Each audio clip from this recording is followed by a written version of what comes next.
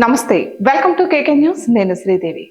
AP మాజీ CM YCP అధినేత జగన్ ను ఏపీసీసీ అధ్యక్షురాలు షర్మిల మరోసారి టార్గెట్ చేశారు.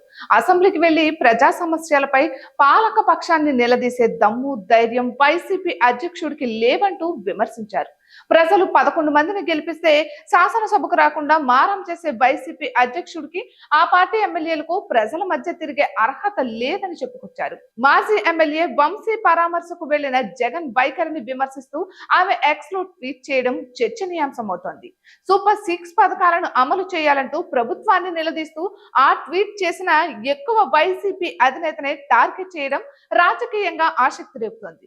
గుంటూరులో మిర్చి రైతులను పరామర్శించిన జగన్ అసెంబ్లీకి వెళ్లి అధికార పక్షాన్ని నిలదీయలేరా అంటూ షర్మిల నిలదీశారు. అయితే ఈ రోజు ఆమె ఎక్స్ వేదికగా అధికార పక్షంతో పాటు విపక్షం పైన విమర్శల దాడి చేయడంపై చర్చ జరుగుతోంది. సీఎం చంద్రబాబు గారి సూపర్ 6 హామీలు సూపర్ ఫ్లాప్.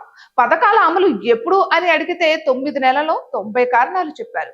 ఇప్పటికైనా ఇచ్చిన హామీలపై సూపర్ 6 పథకాలపై మీ చిత్తశుద్ధి నిరూపించుకోవాలని చంద్రబాబు గారి కూటమి ప్రభుత్వాన్ని ఆంధ్రప్రదేశ్ కాంగ్రెస్ పార్టీ డిమాండ్ చేస్తోంది.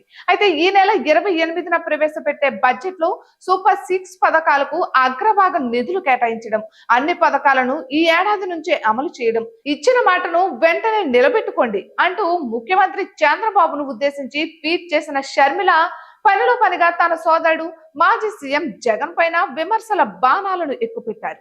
కూటమి ప్రభుత్వ నిర్లక్ష్యాన్ని ప్రశ్నించాల్సిన వైసీపీకి అసెంబ్లీకి వెళ్లే దమ్ము లేదు. జగన్మోహన్ రెడ్డి గారికి నేరస్తులను, దౌర్జన్యం చేసిన వాళ్లను జైలుకి వెళ్లి పరామర్శించే సమయం ఉంటుంది, కానీ ప్రజల కోసం అసెంబ్లీకి వెళ్లేందుకు మాత్రం మొహం చెల్లదు.